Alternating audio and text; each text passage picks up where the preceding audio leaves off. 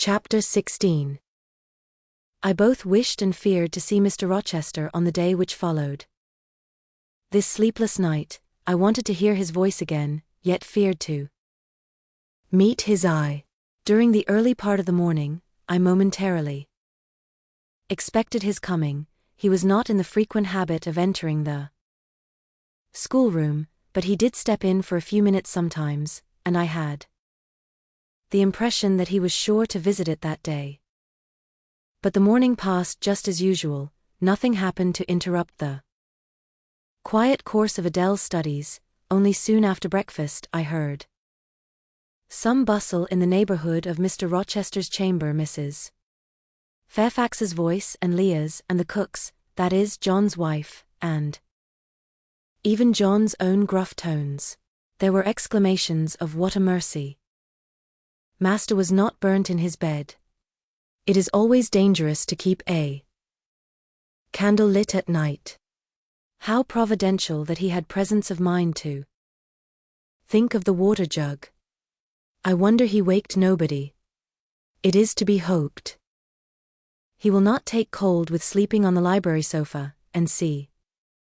To much confabulation succeeded a sound of scrubbing and setting to rights, and when I passed the room, in going downstairs to dinner, I saw through the open door that all was again restored to complete order. Only the bed was stripped of its hangings. Leah stood up in the window seat, rubbing the panes of glass dimmed with smoke. I was about to address her, for I wished to know what account had been given of the affair, but on advancing, I saw a second person in the chamber, a woman, sitting on a chair by the bedside, and sewing rings to new curtains. That woman was no other than Grace Poole. There she sat, staid and taciturn-looking, as usual, in her brown stuff gown, her check apron, white handkerchief, and cap. She was intent on her work, in which her whole thoughts seemed absorbed. On her hard forehead, and in her commonplace features, was nothing either of the paleness or desperation one would have expected to see marking the countenance of a woman who had attempted murder, and whose intended victim had followed her last night to her lair, and, as I believed, charged her with the crime she wished to perpetrate. I was amazed, confounded.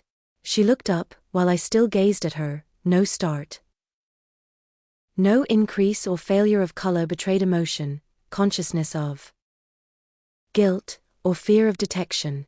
She said "Good morning, miss," in her usual phlegmatic and brief manner, and taking up another ring and more tape, went on with her sewing.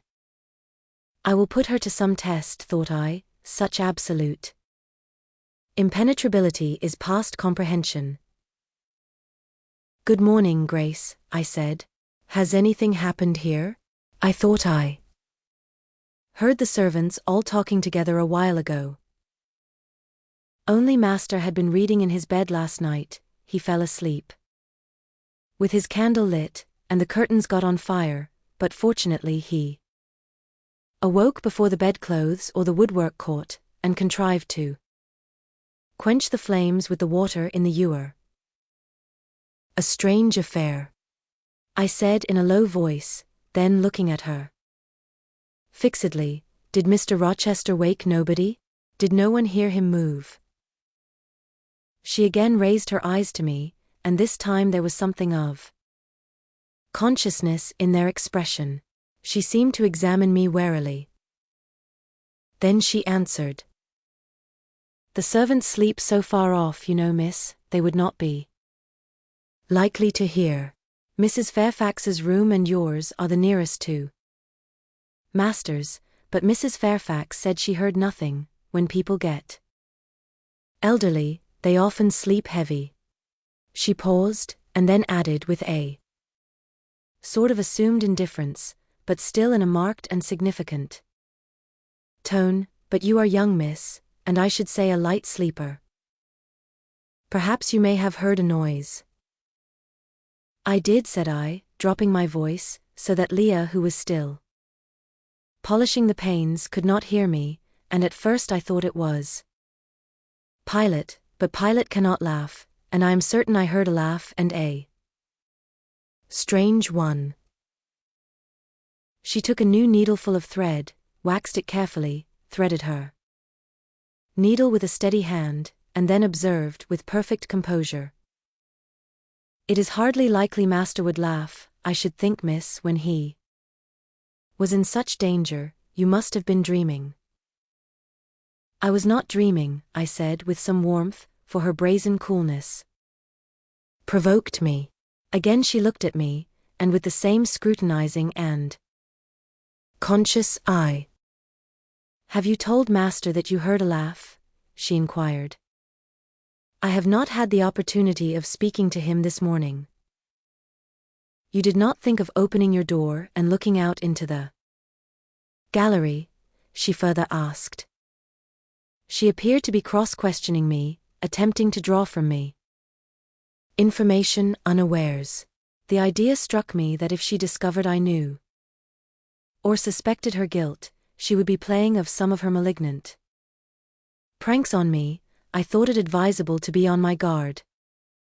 "On the contrary," said I bolted my door.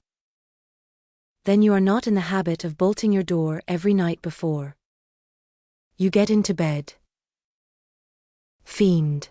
She wants to know my habits, that she may lay her plans accordingly. Indignation again prevailed over prudence, I replied sharply. "Hitherto I have often omitted to fasten the bolt. I did not think it necessary. I was not aware any danger or annoyance was to be dreaded at Thornfield Hall, but in future," and I laid marked stress on the words, "I shall take good care to make all secure before I venture to lie down." "It will be wise so to do," was her answer. "This neighborhood is as quiet as any I know, and I never heard of the Hall being attempted by robbers since it was a house, though there are hundreds of pounds worth of plate in the plate closet, as is well known. And you see, for such a large house, there are very few servants, because master has never lived here much, and when he does come, being a bachelor, he needs little waiting on, but I always think it best to err on the safe side. A door is soon fastened, and it is as well to have a drawn bolt between one and any mischief that may be about. A deal of people, miss, are for trusting all to Providence, but I say Providence will not dispense with the means, though he often blesses them when they are used discreetly." And here she closed her harangue, a long one for her, and uttered with the demureness of a Quakeress.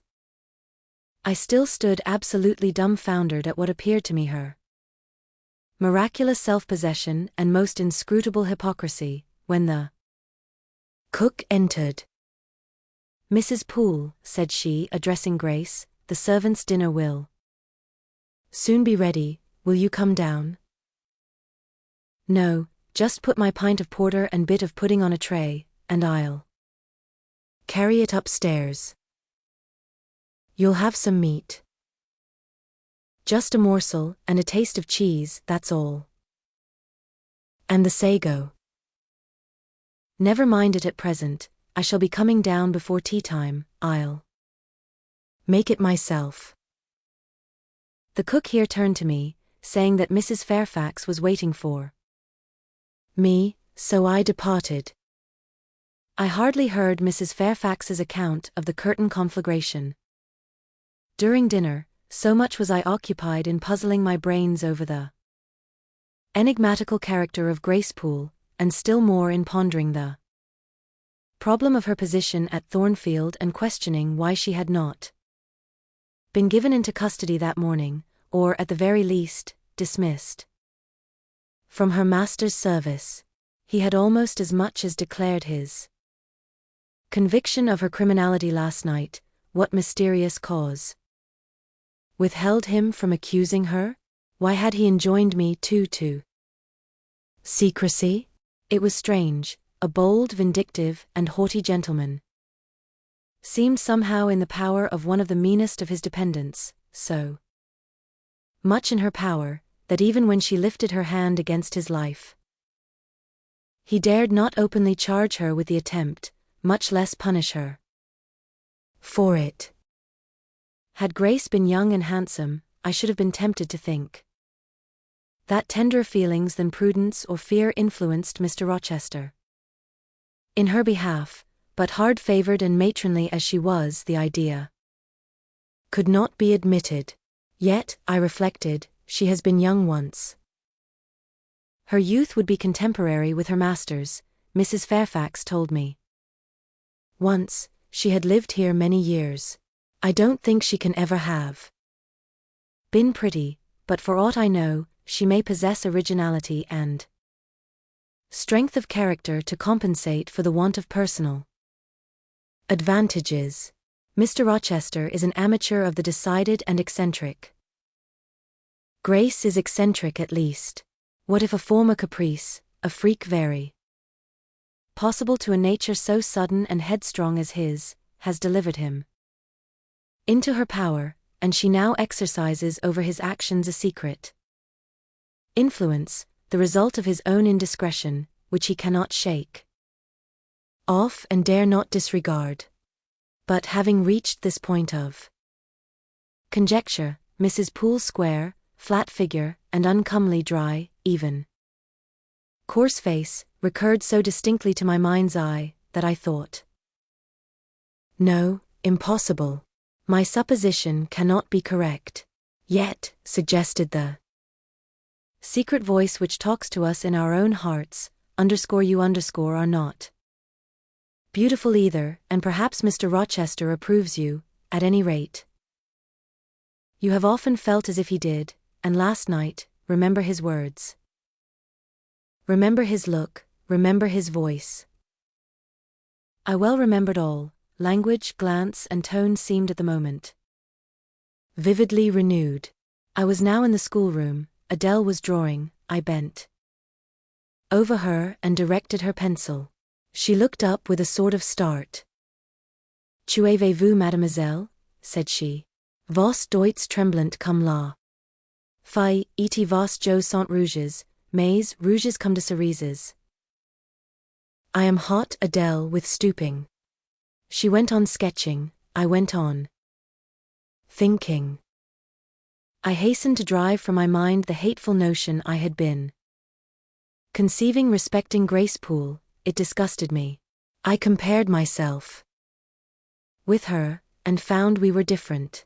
Bessie Levin had said I was quite a lady, and she spoke truth. I was a lady. And now I looked much better than I did when Bessie saw me. I had more color and more flesh, more life, more vivacity, because I had brighter hopes and keener enjoyments. Evening approaches, said I, as I looked towards the window. I have never heard Mr. Rochester's voice or step in the house today, but surely I shall see him before night. I feared the meeting in the morning. Now I desire it, because expectation has been so long baffled that it is grown impatient. When dusk actually closed, and when Adele left me to go and play in the nursery with Sophie, I did most keenly desire it. I listened for the bell to ring below. I listened for Leah coming up with a message. I fancied sometimes I heard Mr. Rochester's own tread, and I turned to the door, expecting it to open and admit him. The door remained shut. Darkness only came in through the window. Still it was not late. He often sent for me at 7 and 8 o'clock, and it was yet but 6. Surely I should not be wholly disappointed tonight, when I had so many things to say to him. I wanted again to introduce the subject of Grace Poole, and to hear what he would answer. I wanted to ask him plainly if he really believed it was she who had made last night's hideous attempt, and if so, why he kept her wickedness a secret. It little mattered whether my curiosity irritated him. I knew the pleasure of vexing and soothing him by turns, it was one I chiefly delighted in. And a sure instinct always prevented me from going too far, beyond the verge of provocation I never ventured, on the extreme brink I liked well to try my skill, retaining every minute form of respect, every propriety of my station. I could still meet him in argument without fear or uneasy restraint. This suited both him and me. A tread creaked on the stairs at last. Leah made her appearance, but it was only to intimate that tea was ready in Mrs. Fairfax's room. Thither I repaired, glad at least to go downstairs, for that brought me, I imagined, nearer to Mr. Rochester's presence. "You must want your tea," said the good lady as I joined her. "You ate so little at dinner. I am afraid," she continued, "you are not well. Today, you look flushed and feverish." "Oh, quite well. I never felt better." "Then you must prove it by evincing a good appetite. Will you fill the teapot while I knit off this needle?" Having completed her task, she rose to draw down the blind, which she had hitherto kept up by way, I suppose, of making the most of daylight, though dusk was now fast deepening into total obscurity. "It is fair tonight," said she, as she looked through the panes.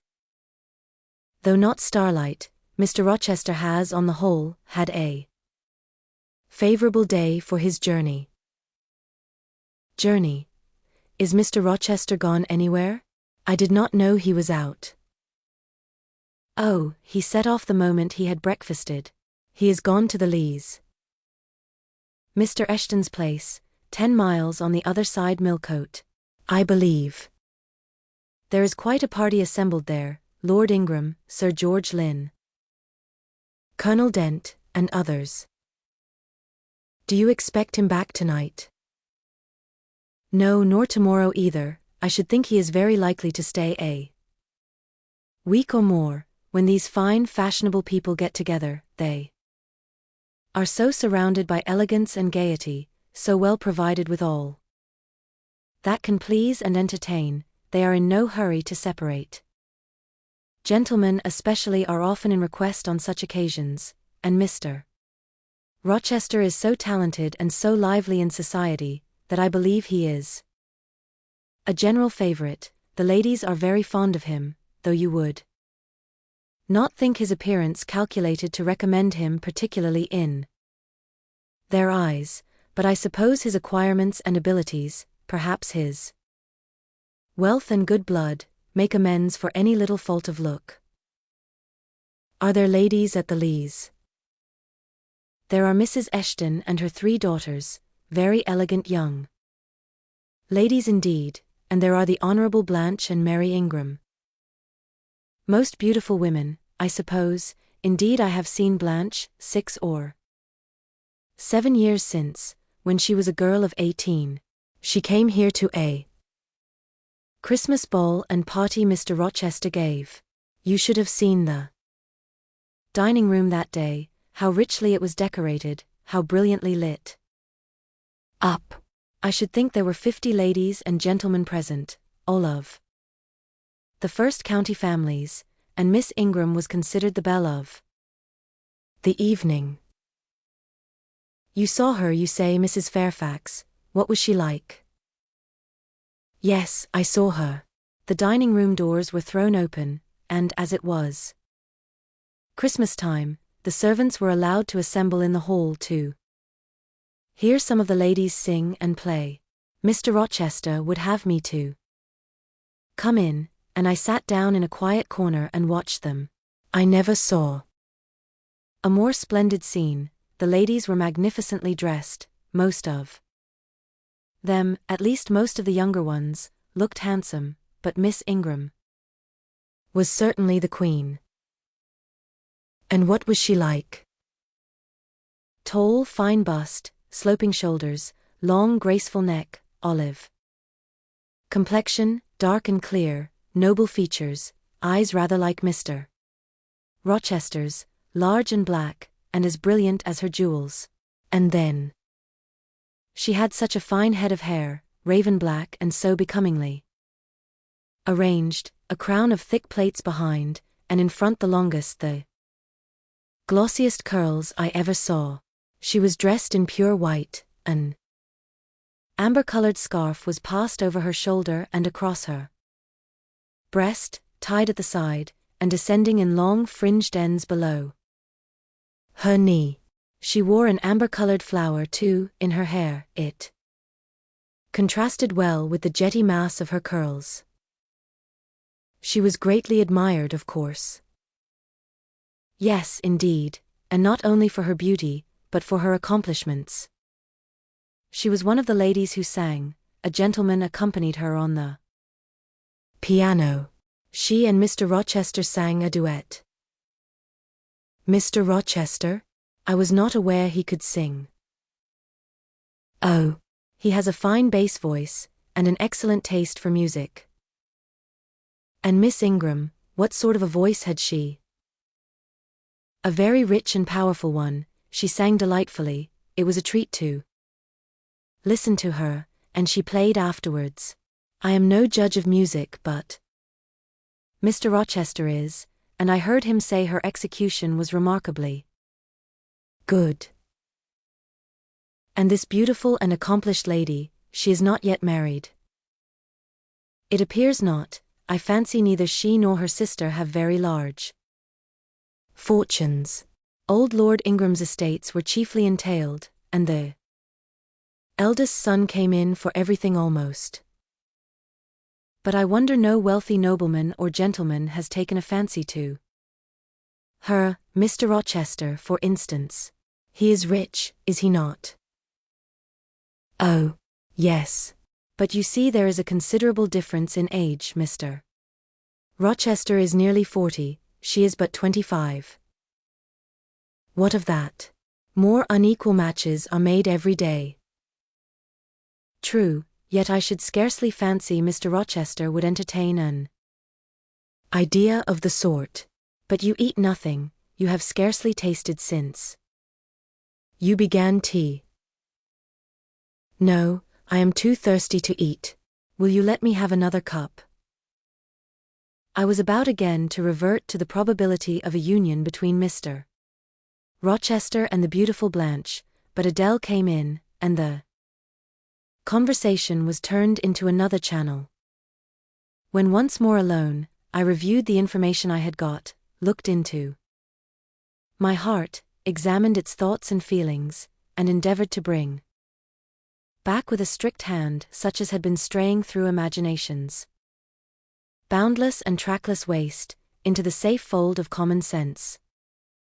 Arraigned at my own bar, memory having given her evidence of the hopes, wishes, sentiments I had been cherishing since last night, of the general state of mind in which I had indulged for nearly a fortnight past, reason having come forward and told in her own quiet way a plain, unvarnished tale, showing how I had rejected the real, and rabidly devoured the ideal, I pronounced judgment to this effect: that a greater fool than Jane Eyre had never breathed the breath of life, that a more fantastic idiot had never surfeited herself on sweet lies, and swallowed poison as if it were nectar.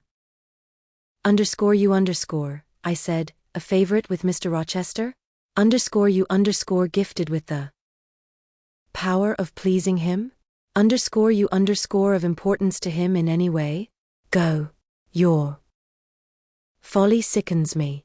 And you have derived pleasure from occasional tokens of preference, equivocal tokens shown by a gentleman of family and a man of the world to a dependent and a novice. How dared you? Poor stupid dupe. Could not even self-interest make you wiser? You repeated to yourself this morning the brief scene of last night. Cover your face and be ashamed. He said something in praise of your eyes, did he? Blind puppy. Open their bleared lids and look on your own accursed senselessness. It does good to no woman to be flattered by her superior, who cannot possibly intend to marry her, and it is madness in all women to let a secret love kindle within them, which, if unreturned and unknown, must devour the life that feeds it, and if discovered and responded to, must lead, ignis fatuus like, into miry wilds whence there is no extrication. Listen then, Jane Eyre, to your sentence. Tomorrow, place the glass before you, and draw in chalk your own picture, faithfully without softening one defect, omit no harsh line, smooth away no displeasing irregularity, write under it, portrait of a governess, disconnected, poor and plain. Afterwards, take a piece of smooth ivory, you have one prepared in your drawing box, take your palette, mix your freshest, finest, clearest tints, choose your most delicate camel hair pencils, delineate carefully the loveliest face you can imagine, paint it in your softest shades and sweetest lines, according to the description given by Mrs. Fairfax of Blanche Ingram. Remember the raven ringlets, the oriental what? You revert to Mr. Rochester as a model. Order. No snivel, no sentiment, no regret. I will endure only sense and resolution.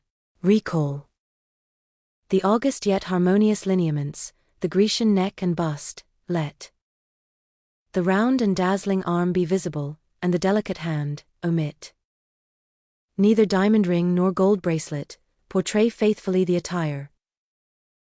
Aerial lace and glistening satin, graceful scarf and golden rose, call it Blanche, an accomplished lady of rank. Whenever in future, you should chance to fancy Mr. Rochester thinks well of you, take out these two pictures and compare them. Say Mr. Rochester might probably win that noble lady's love, if he chose to strive for it. Is it likely he would waste a serious thought on this indigent and insignificant plebeian? I'll do it, I resolved, and having framed this determination I grew calm, and fell asleep. I kept my word. An hour or two sufficed to sketch my own portrait in crayons, and in less than a fortnight I had completed an ivory miniature of an imaginary Blanche Ingram. It looked a lovely face enough, and when compared with the real head in chalk, the contrast was as great as self-control could desire. I derived benefit from the task. It had kept my head and hands employed, and had given force and fixedness to the new impressions I wished to stamp indelibly on my heart. Ere long, I had reason to congratulate myself on the course of wholesome discipline to which I had thus forced my feelings to submit. Thanks to it, I was able to meet subsequent occurrences with a decent calm, which, had they found me unprepared, I should probably have been unequal to maintain, even externally.